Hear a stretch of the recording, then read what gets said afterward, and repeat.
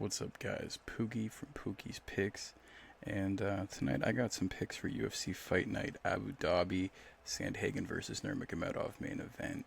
I got an absolute ton of picks, a few parlays, some same game parlays, but we're just gonna get right into it tonight, starting with our main event opener of Cedric Dumas versus Denis Chululin. And yeah, I got some notes here. Dumas currently at a minus 230, which I really don't like that number for him. He's not that good. And yeah, he beat Cody Brundage.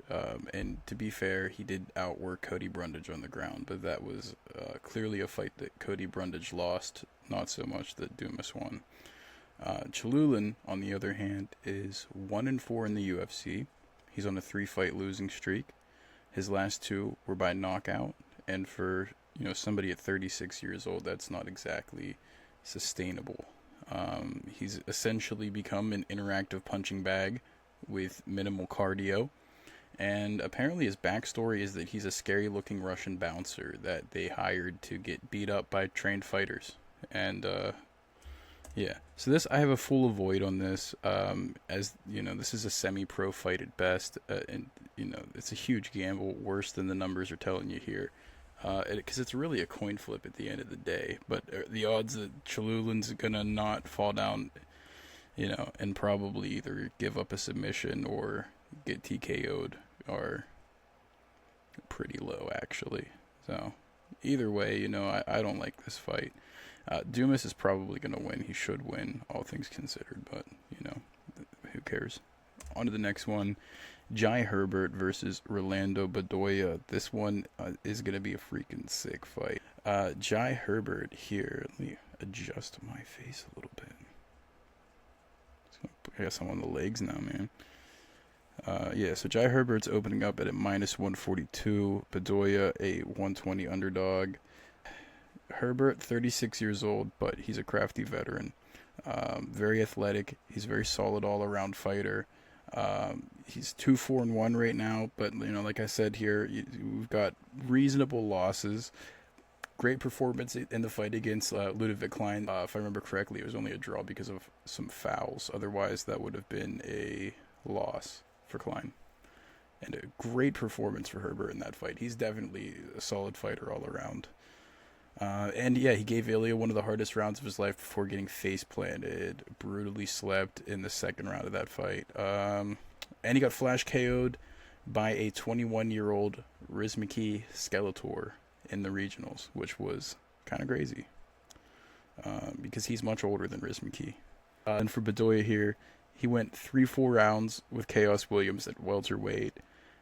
He's not a welterweight. He's smaller than Herbert.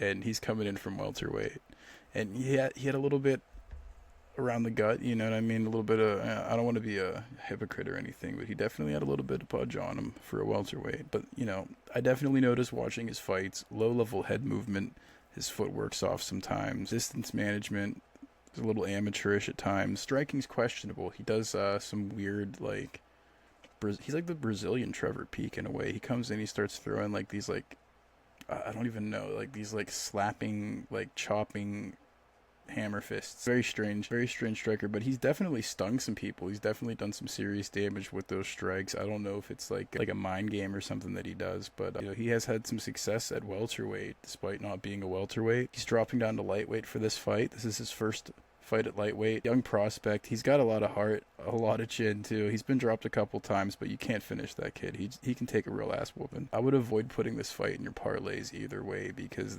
this is one where it's hard to say who's going to win. Jai Herbert, the better fighter. Rolando Bedoya, though, I think has a better chance. It's his fight to win or lose. If he comes in looking, in the best shape of his life, then he's probably going to win. So he's a guy you want to keep an eye out for a live bet. And I'd recommend watching that fight anyway. It's going to be a good one. But yeah, avoid throwing this into any parlays unless you want to lose some money early. I have a slight lean towards Bedoya money line at the plus 120. And yeah, live bets. Moving on here. The next fight of the night, we have Dudakova versus Sam Page. Dudakova minus 170, good boxing and high kicks. She's good at not getting ground and pound too hard when she gets caught on her back. She's very fast, She can stick and move, and she's got decent takedown defense. I really don't see Sam Hughes, who is 3-5 in the UFC. I don't really see any good wins. And anytime she's fighting somebody who's like at a level that I think Dudakova should be fighting people at more so, she loses. I have Dudakova money line lock -170. Under 2.5 is plus 310. So if you want to make a risky pick early on, I might throw like a quarter unit play on that. But that's just a consideration at best. Moving on here, we've got Guram Kutaladze versus Jordan Vucenic. And Kutaladze is a -230. He beat Gamrot back in 2020, and since then he's gone 0-3. He had a great fight with Elvis Brenner, where he busted him up pretty bad. Nasty elbows, gashed him up badly. Like, this kid had just bleached his hair, and half his head was suddenly, like, red. And, yeah, he got KO'd at the end of the fight. I think he just ended up gassing out from trying to finish Brenner, and Brenner, as you know, we've seen, is unfinishable.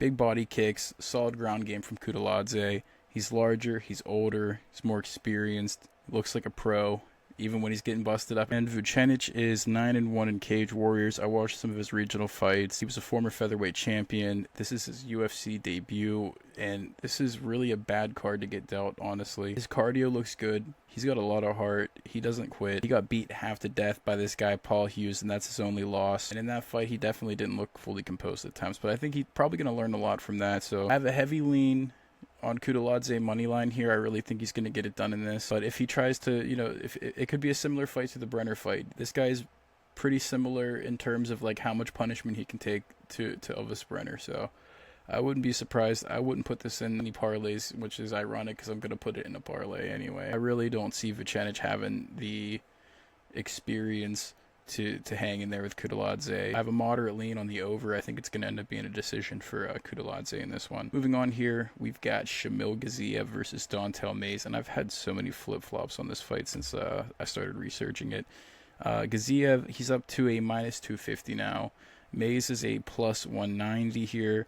Gaziev's got the legendary cardio. We all saw him tap after a 4th round, but look, this is a 3-rounder, guys. He beat Martin Bidet. That's his claim to fame. Yeah, he's got a great step in 1-2, heavy hooks, that piston-like jab. He keeps his lead hand down a little bit, but I think that's something that they both do way too much. He doesn't seem to check leg kicks much at all either. And one thing I noticed when I was watching him fight was that he's got a style of a counter puncher that's like half his size, but he's a little too slow. He doesn't really mitigate distance or, you know, work against jabs enough to be fighting that kind of style. And I think Biggie Boy really exposed him, you know, with his striking style, his grappling, and obviously his cardio over that 4 rounds. So Gaziev, definitely, I think that's going to unlock him a bit. And basically, I think that's going to make a pathway for him to lose, a pathway for Dontel Mays to win the fight from him, honestly. Let's see here. Yeah, Mays, on the other hand, 4-4, 0-1 in the UFC. He's made it to decisions quite a few times. He's got wins against Cal Machado, Andrei Arlovsky, and Josh Parisian, which could be a good thing, could be a bad thing, depending on how you're looking at it, man. 2-inch height advantage, 2.5-inch reach advantage, which doesn't fare well for a guy like Gaziev, who likes to go off his jab a lot and the straight punches, stuff like that. So one thing they both do is they leave their hands down like they're going to counterpunch, but Dontel Mays actually will counterpunch. His kicking game's pretty solid for his size.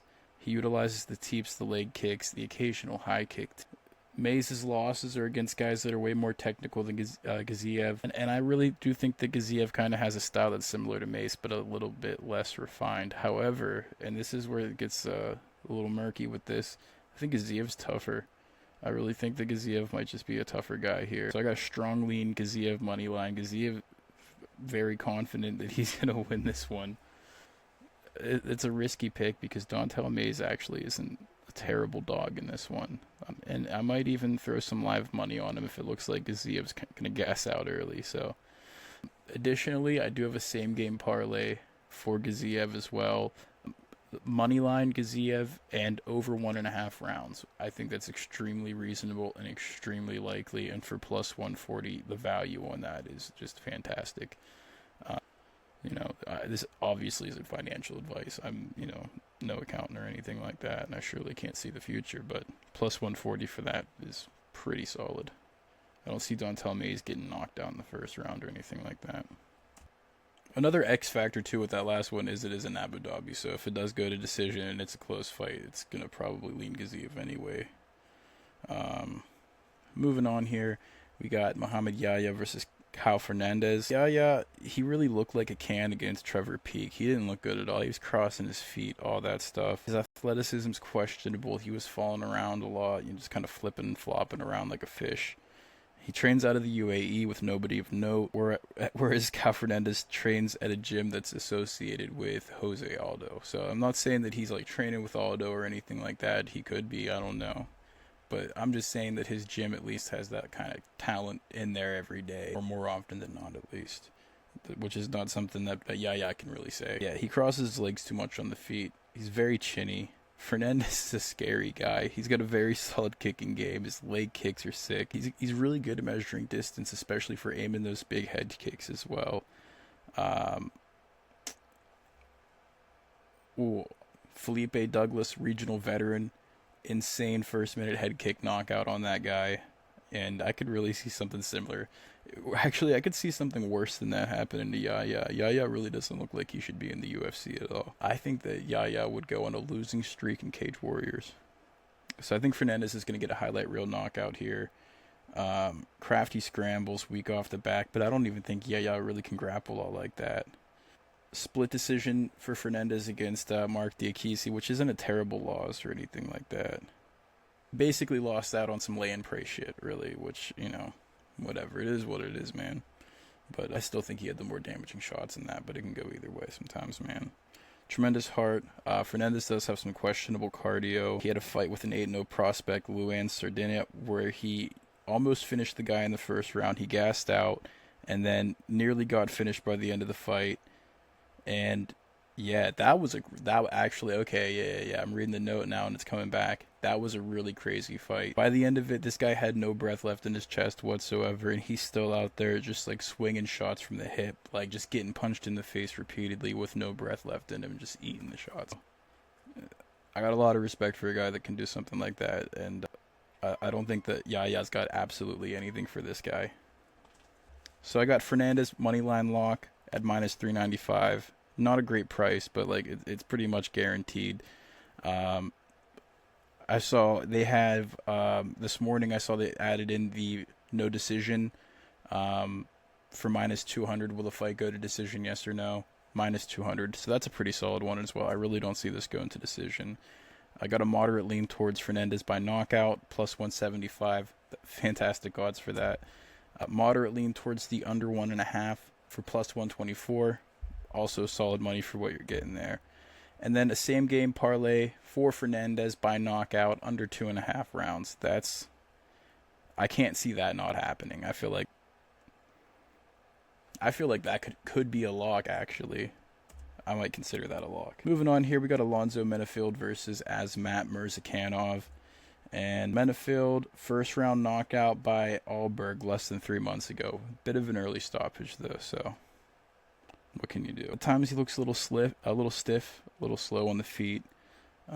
Dips a little too much without rotating his body, which kind of just leaves him open for weird shots.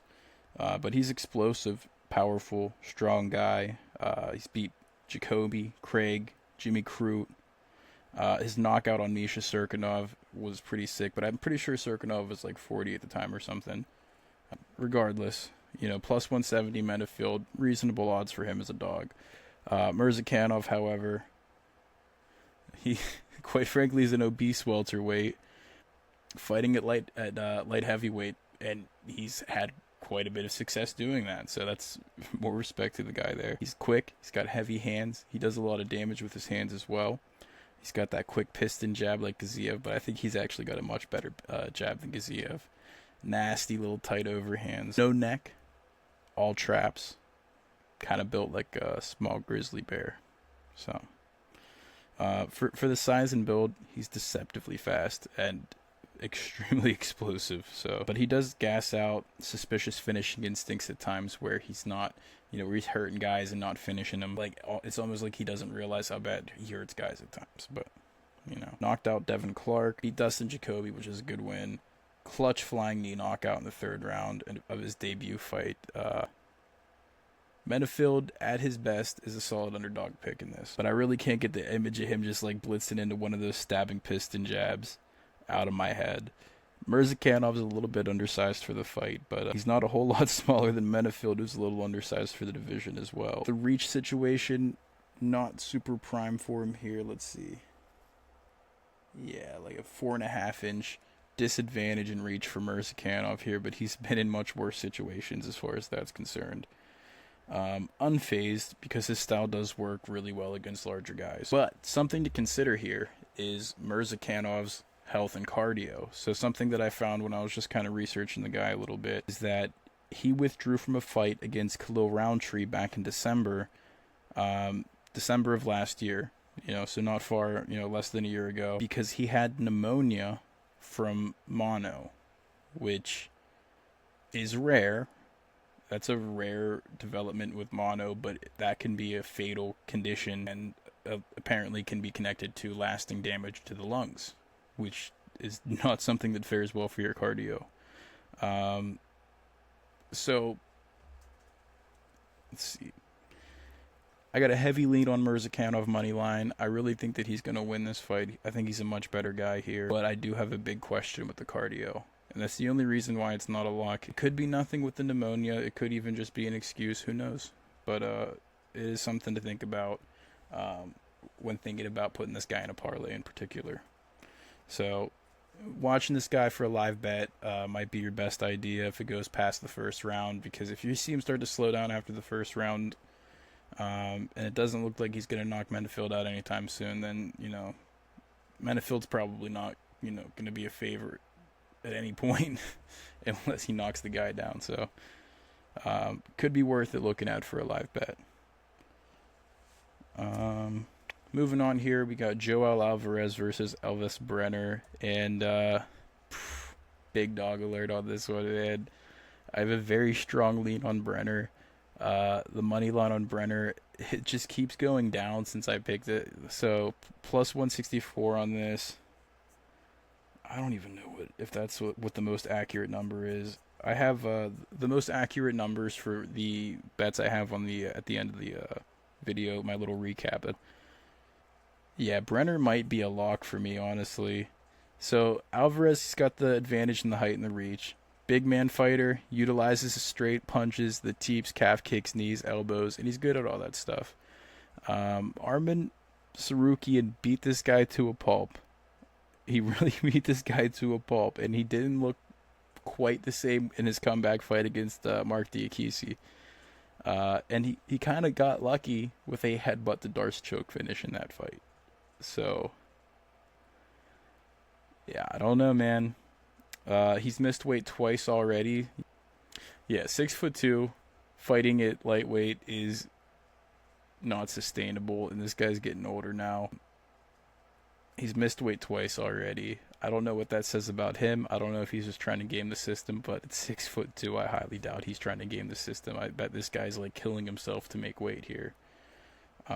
He's the most successful fighter at his gym, and I don't like to see that for a prospect. Brenner trains with big dogs at Shoot a Box under Diego Lima with Charles Oliveira, among others. So, like, this guy is getting submissions, like crazy submissions thrown at him probably every day of his life. This guy's getting the shit kicked out of him by some of the toughest guys in Brazil every day of his life, probably since he was a teenager. And you can really tell when you see him fight because you can't take this guy out of the fight. The Kudalodze fight, man, he was never out of that fight. It looked like he was, and then he ends up knocking the guy out and just coming back, and he stayed in it the whole time. Just pouring blood. It was terrible. Great fight, though. What a guy. He's got that dog in him for real.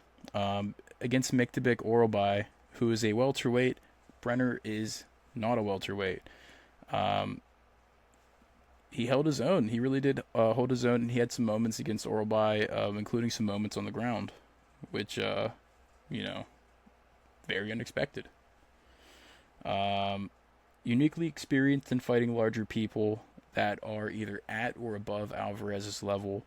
such as Miktabik Oralbai or Kanan Khrushchev. I mean, maybe it's a little rude to say Kanan Khrushchevsky's at their level because he's a little bit lower.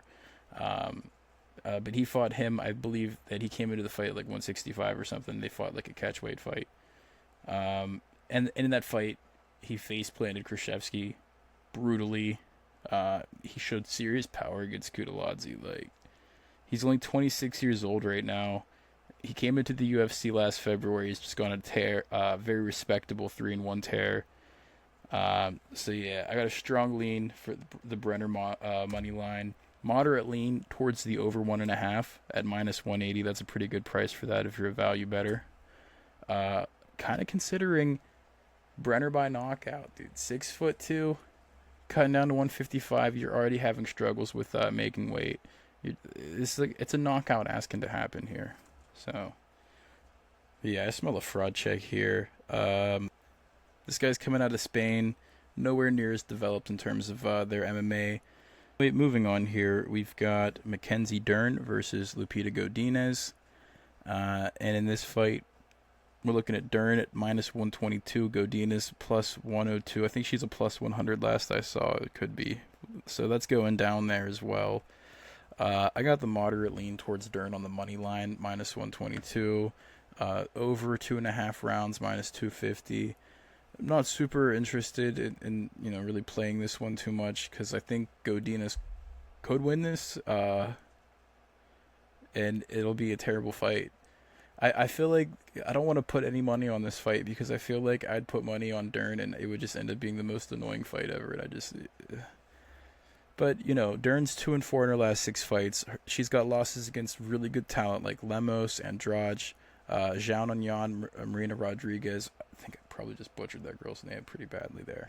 Superior grappler, more power in her hands. Godinez is 4-2 in her last 6 fights. But her opponents nowhere near as good. Her losses came to Verna and Angela Hill, which I do believe both of which Dern beat.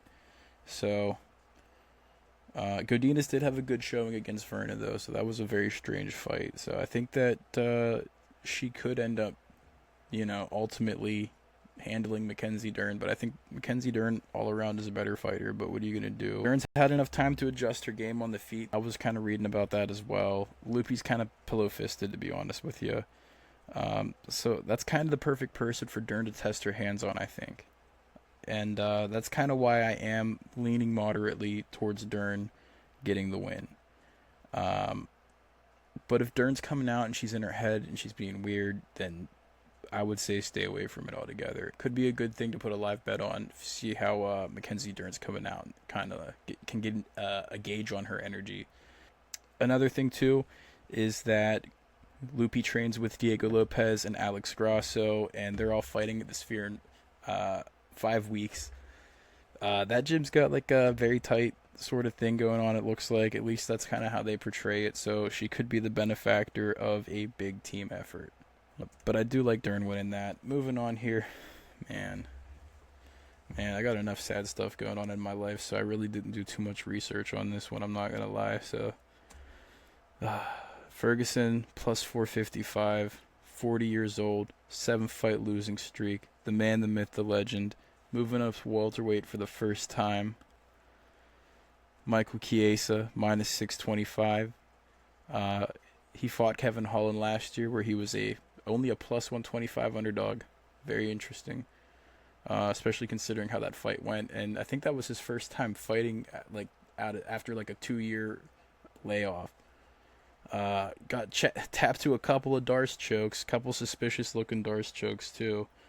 And with Ferguson here, Disney is involved with Zuffa, so you never know.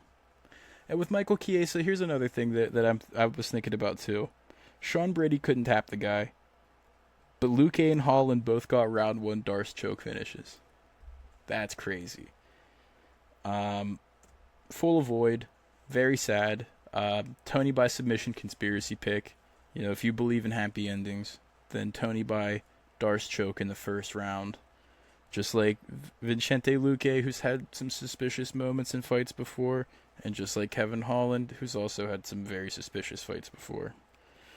And this is in Abu Dhabi. I've definitely seen some suspicious fights in Abu Dhabi. And if you watch that fight with Kevin Holland back, Michael Chiesa does literally nothing the entire fight.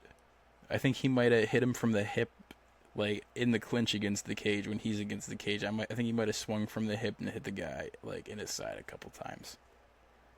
Very suspicious fight. Like I don't know, maybe he came into the fight uh half dead. I don't know, but he didn't look like he was in the fight at all there. So I got my fingers crossed for some Disney bullshit. Tony Ferguson by submission. Do not put any money on this fight, or fuck it. I don't even know what the odds are for Tony by submission, but they're probably astronomical. Fuck it, dude. Put $5 on it. Get yourself something nice with you're probably just gonna lose $5. Who cares though? But you're losing $5 for Tony. So who cares, man? Moving on, we got Marlon Chito Vera versus Davison Figueiredo. This is a fight that I'm very excited for. I think this is going to be a good one. Vera is plus 120 underdog. Figueiredo's coming at a minus 142 favorite. Crazy.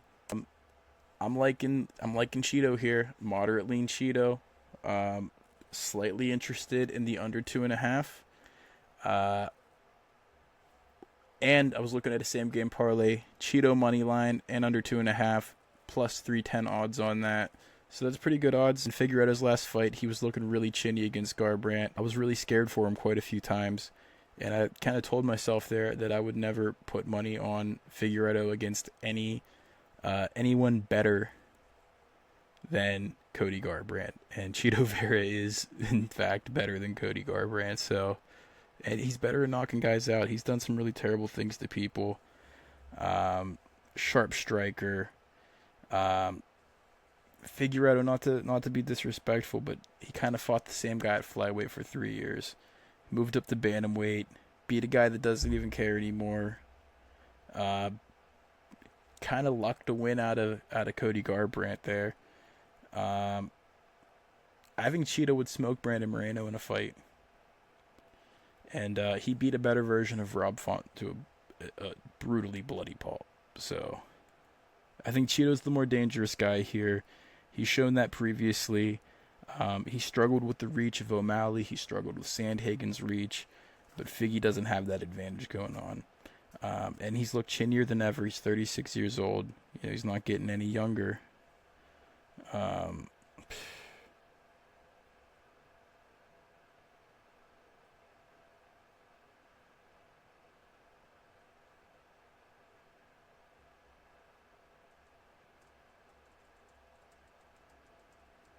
Yeah, this I'm kind of considering a quarter unit play on the parlay here, the money line and the under 2.5.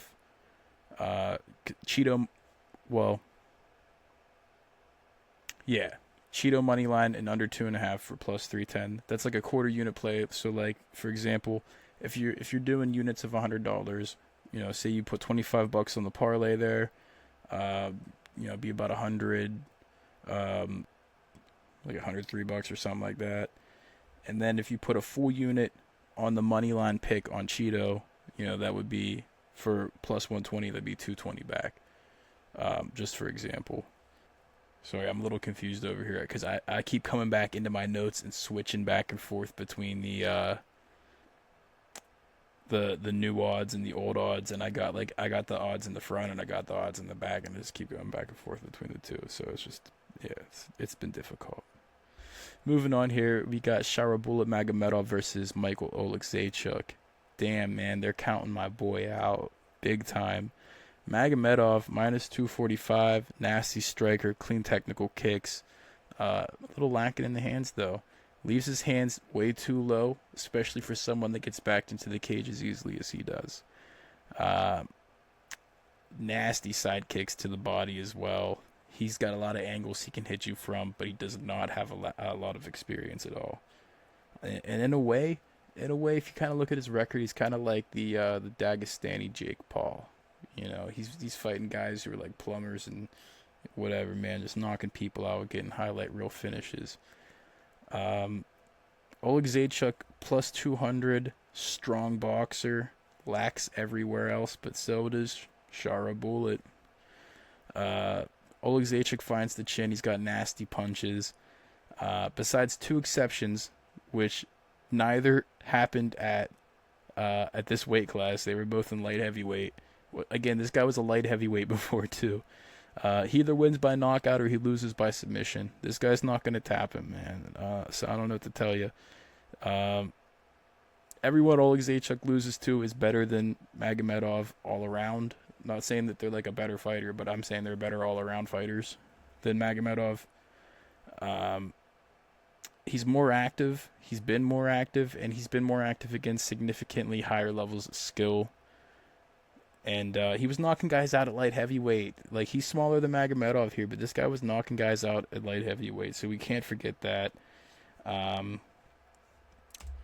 Strong lean for an over 1.5 on this. I think it is going to go over 1.5 rounds. I don't see Oleg Zaychuk getting knocked out, and I really don't see Magomedov getting knocked out easily either.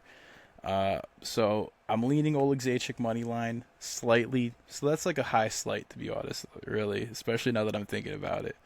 And I'm even considering Oleg Zaychuk by knockout plus 400, but I don't know if Magomedov is ready to break or anything like that. You know, I think I might not be giving him enough credit there.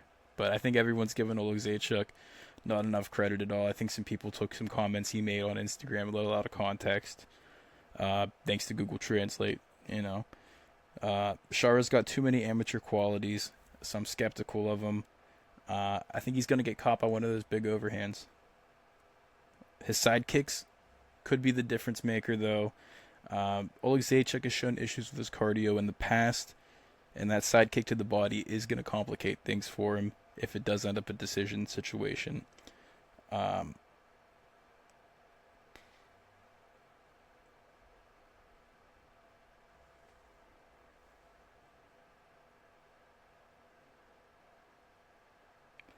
Yeah, and another interesting thing here, when you think of Shara as this prospect, he's actually a year older than Michael Oleg Zaychuk. That's another thing to consider here. So the Oleg Zaychuk's kind of going through, he's been going through the ringer way harder than Magomedov, and it's kind of a similar situation to the Elvis Brenner Joel Alvarez fight, where you got one guy who's got a ton of experience, who doesn't have the best record because he's been going through hell and just getting the shit kicked out of him by guys that are like way better than him when he's in his early 20s.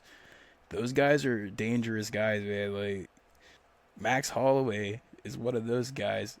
Now, he was winning most of his fights, but Max Holloway is one of those guys, and yeah, this guy's gonna be remembered as, you know, one of the greatest of all time fighters. So really liking Oleg Zaychuk here.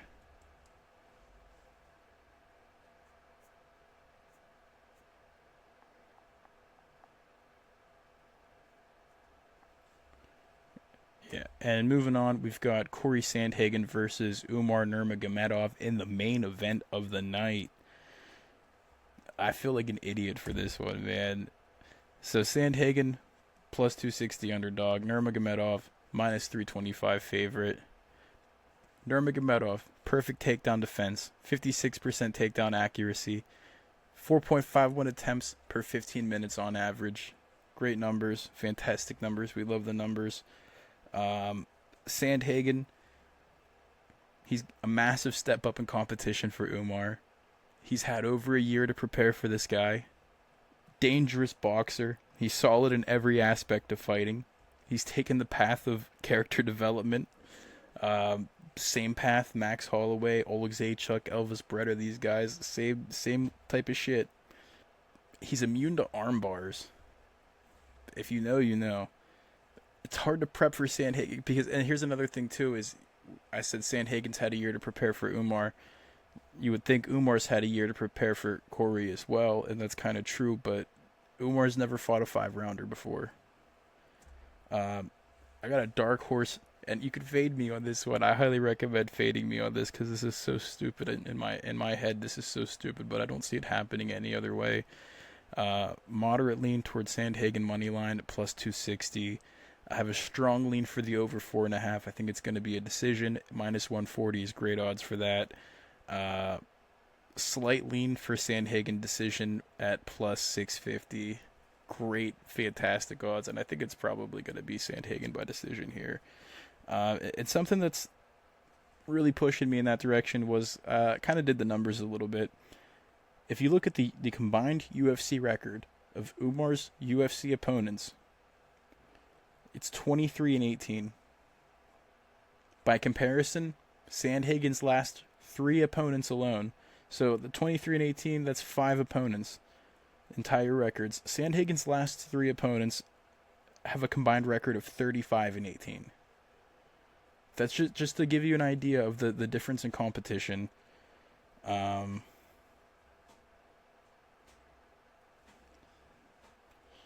Yeah, Sandhagen's my dark horse here.